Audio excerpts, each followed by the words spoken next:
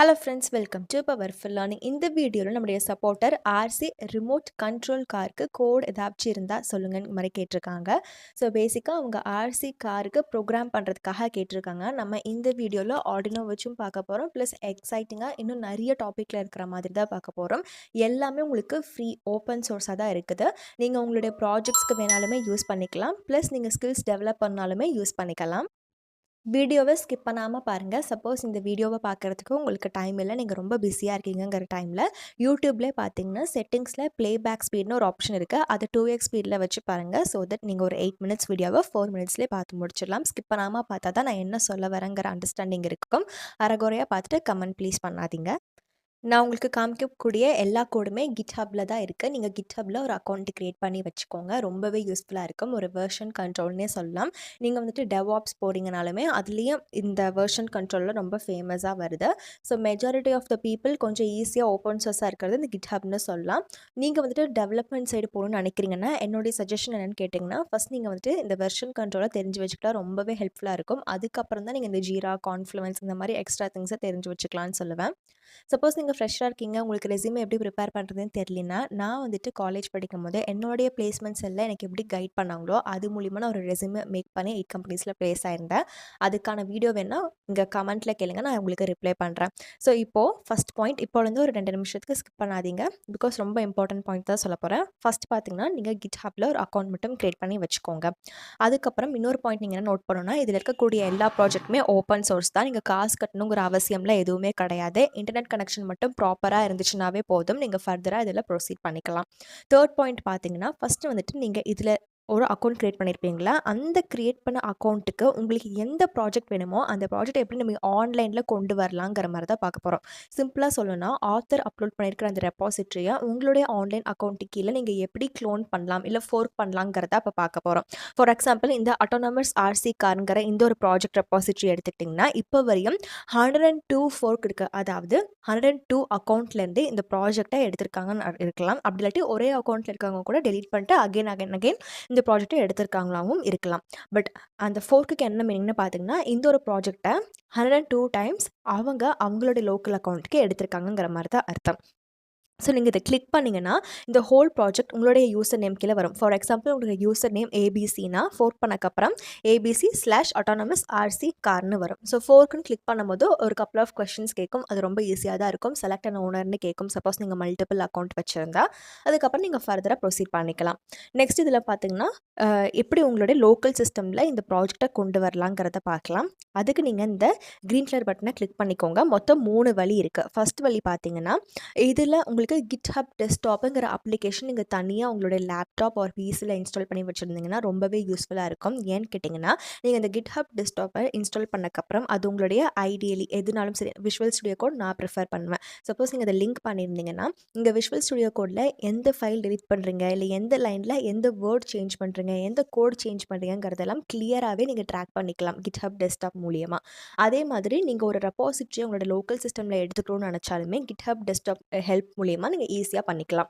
For example, இந்த HTTPS இருக்குல்ல, இந்த லிங்கை நீங்கள் காப்பி பண்ணிவிட்டு உங்களுடைய GitHub டெஸ்க்டாப் அப்ளிகேஷன் நீங்கள் இன்ஸ்டால் பண்ணியிருந்தீங்கன்னா அதில் நீங்கள் ஓப்பன் பண்ணக்கப்புறம் க்ளோன்னு ஒரு ஆப்ஷன் இருக்கும்.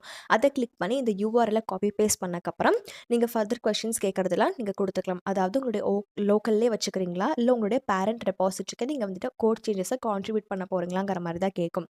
அது நீங்கள் ஃபில் பண்ணக்கப்புறம் ஓகேன்னு கொடுத்துட்டிங்கன்னா இந்த ஹோல் ஆன்லைன் ரெப்பாசிட்டரி உங்களுடைய லோக்கலுக்கு வந்துடும். அப்படி இல்லைனா ரொம்பவே சிம்பிளான ஸ்டெப் தான்.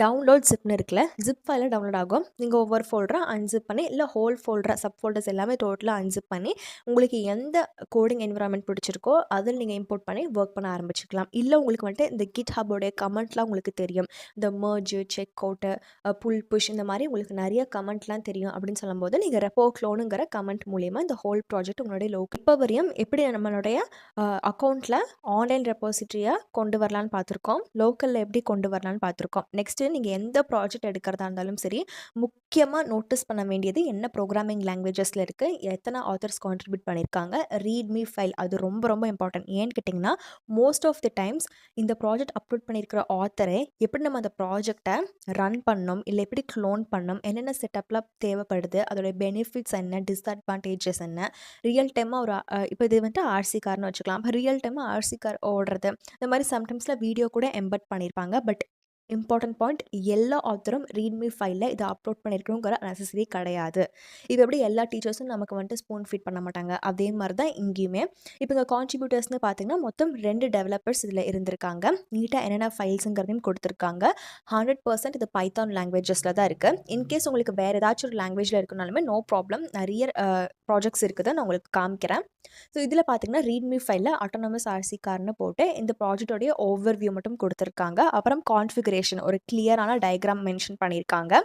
இதிலே நீங்கள் வந்துட்டு உங்களோட டாக்குமெண்டேஷனுக்கு வேணாலும் யூஸ் பண்ணிக்கலாம். சப்போஸ் உங்களுக்கு ப்ராஜெக்ட் டாக்குமெண்டேஷன் எப்படி ப்ரிப்பேர் பண்ணுறதுன்னு தெரியலனா, ஒரு டைட்டில் வச்சு ஆட்டோமேட்டிக்காக ஜஸ்ட் 5 மினிட்ஸில் டாக்குமெண்டேஷன் எப்படி கிரியேட் பண்ணலாங்கிறது டீட்டெயில்டாக ஒரு வீடியோ போட்டிருப்பேன், இன்க்ளூடிங் டைம் ஸ்டாம்ப். ஸோ உங்களுக்கு இங்கே எந்த சாப்டர் பார்க்கணுமோ அதோட டைம் ஸ்டாம்ப் கிளிக் பண்ணி நீங்கள் அதை போய் வியூ பண்ணி பார்த்துக்கலாம். அந்த வீடியோக்கான லிங்க் வேணால் கமெண்ட்டில் கேளுங்க.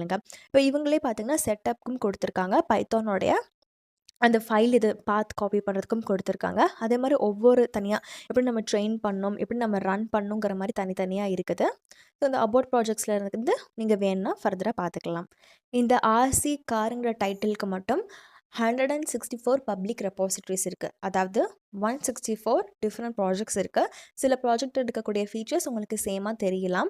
பட் வந்துட்டு நீங்கள் எடுத்து அனலைஸ் பண்ணுறதுல தான் இருக்குது.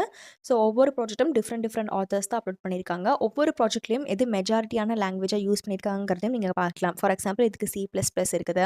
நெக்ஸ்ட்டு சி வச்சு பண்ணியிருக்காங்க. ஜாவா ஸ்கிரிப்ட்லேயும் நான் உங்களுக்கு ஸ்க்ரோல் பண்ணும்போது நீங்கள் பார்த்துருப்பீங்க. பைத்தான் மெஜாரிட்டியாக வச்சு பண்ணியிருக்காங்க. உங்களுக்கு எது கம்ஃபர்டபுளாக இருக்குது, உங்களுக்கு எந்த டெக்னாலஜி கொஞ்சம் ஃபெமிலியரோ அதை நீங்கள் எடுத்து ப்ரொசீட் பண்ணால் இன்னும் கொஞ்சம் பெட்டராக இருக்கும்.